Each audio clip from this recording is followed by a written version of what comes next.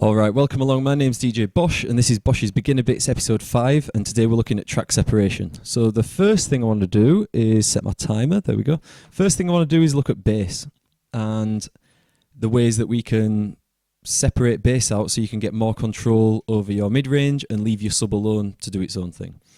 Really important if you're making bass music that you leave your sub bass independent. You can have more control of it, turn it up, turn it down, because that's the core thing that you're trying to create. You're trying to drive that music, and everything else on the mid-range, you can do whatever you want with that because your sub bass is going to stay unaffected.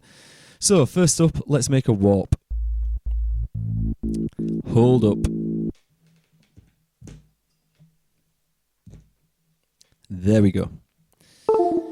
Let's try again. So let's make a warp.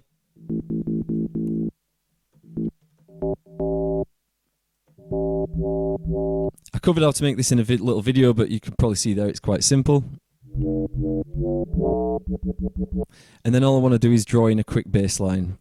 Let's go, we need to go down to the 0 range again. Let's draw in a few little things. Let's make a classic bass line sound. Classic bass line house.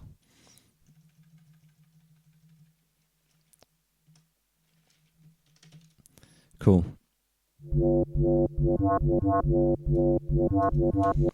Alright. So the first thing we can do is within operator. You can separate out these oscillators so you've got a sub bass on its own, and then the rest of the track you can do what you want with it. Now what you want to do is look at how operator works here. So here you've got this thing that means it's running in series. That means that D runs through C, which runs through B, which runs through A. So each one of these affects each other quite a lot. What we're going to look at today is this section here. That means that the A oscillator runs on its own, and then B, C, and D all run through each other here. So let's try and remake that warp the same, but with this independent sub-bass channel. So you want to put this down to 1, because this is going to be a first oscillator now. Let's take this back to the start. Put this up to 2, and then crank up the volume. Attack.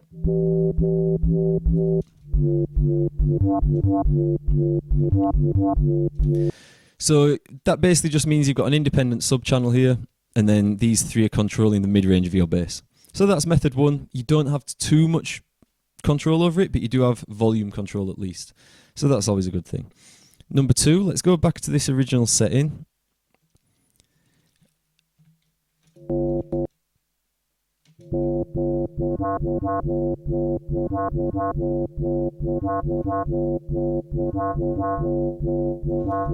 Cool. So the second one we're going to do is within the track. First one within operator, second one within the track. You're going to click on your operator and do Control G or Command and G, or you can right click and go group. What this does is creates a little box to put around your operator, and it means that you can put anything inside this box and they'll all play at the same time, all the instruments and effects and things. So you want to look at this second circle here. That shows you what instruments you've got in there. So first up, what we want to do is copy this, Control and D. So now you've got 2 identical operators running side by side. Then let's go to audio effects. I'm going to put an EQ8 on the first one. Cool. So you can see that's still inside the instrument rack. That's really important. As a matter of, oh no, we can't change the color of that. That's fine. So top one. What we're going to do is EQ out all the low end. So let's put this on the times4 high pass. And let's solo that so you can hear the difference. So that's got all that low end, and then we just take that out. And then for the second one, let's just call this mids. And let's call this sub.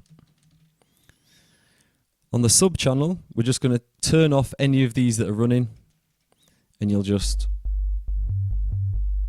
got your sub bass. Let's clean that up a little bit. So that channel's the sub. This one's just mids, no bass. Put them both together. What that means now is, let's solo the mids. You can do pretty much anything you want to that and you won't affect the sub bass. Again, super important. So let's drag the amp into there. Always make sure when you're dragging things in that they fall inside the instrument rack, not on the outside, because otherwise that'll affect the whole sound with the sub bass. And let's see.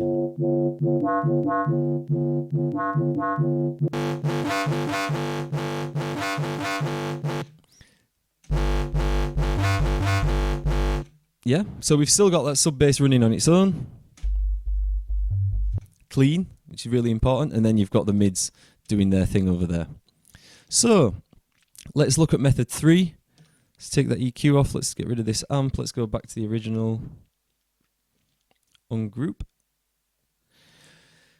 So now we've done inside operator, we've done inside the track, and now we're going to do just inside the project. So you're going to click on the track up here, Control and D to copy it. You've got 2 there. This one, you're going to do the same as we did with the sub before. Let's call it sub. Big fan of renaming stuff as I go along, just so I know where everything is, keep everything in order. Just helps with the workflow. So this one, you're going to deactivate B. Then this one, you're going to EQ it again. So just drag an EQ onto here.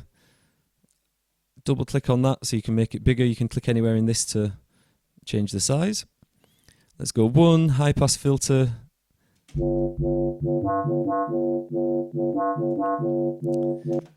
And then what I want to do with these, you don't have to do this. Let's play them together now.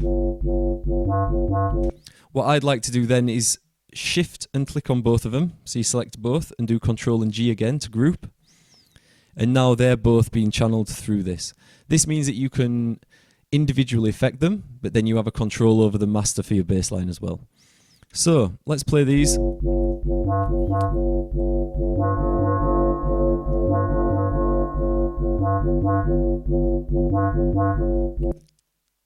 What else can we do? Let's change the sound itself.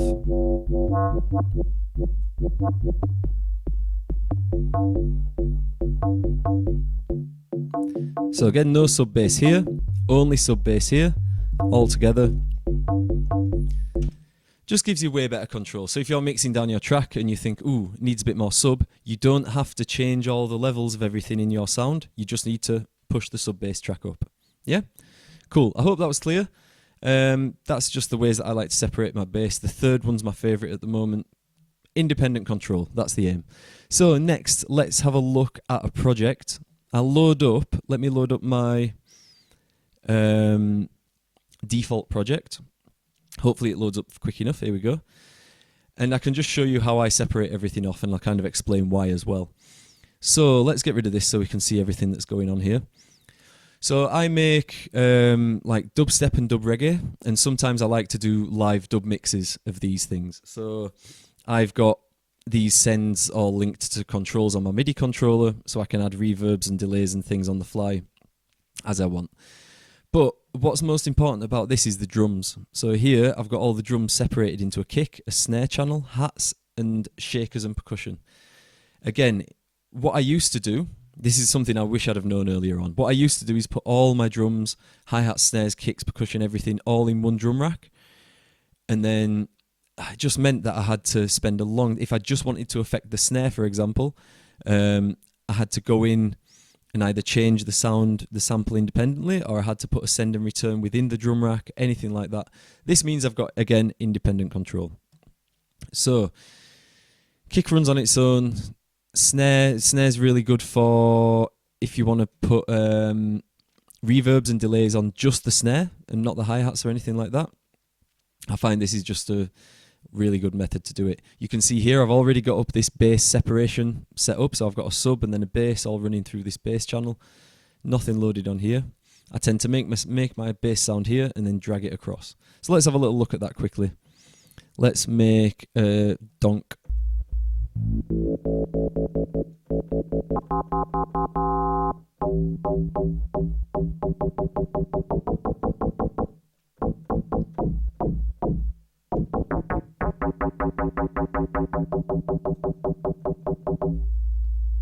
Cool. So then what I'll do is drag this over to here, take everything out of this, so it's just the sub, bass, audio effects, EQ, quickly EQ that.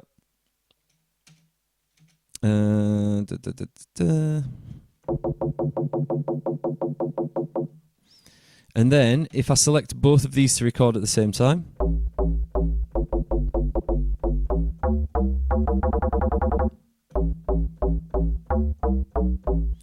there. And there you have it. Just, it helps for the workflow. It makes your life easier when you want to, oh my God, turn that off. Yep, I know, dismiss. Okay. So it just makes working with all your separate instruments way easier. I'm going to stop it there because I feel like I've just said the same thing about 50 times. But yeah, separate everything out into the smallest bit possible and it just makes your life way easier. I've been DJ Bosh. This was Bosh's Beginner Bits.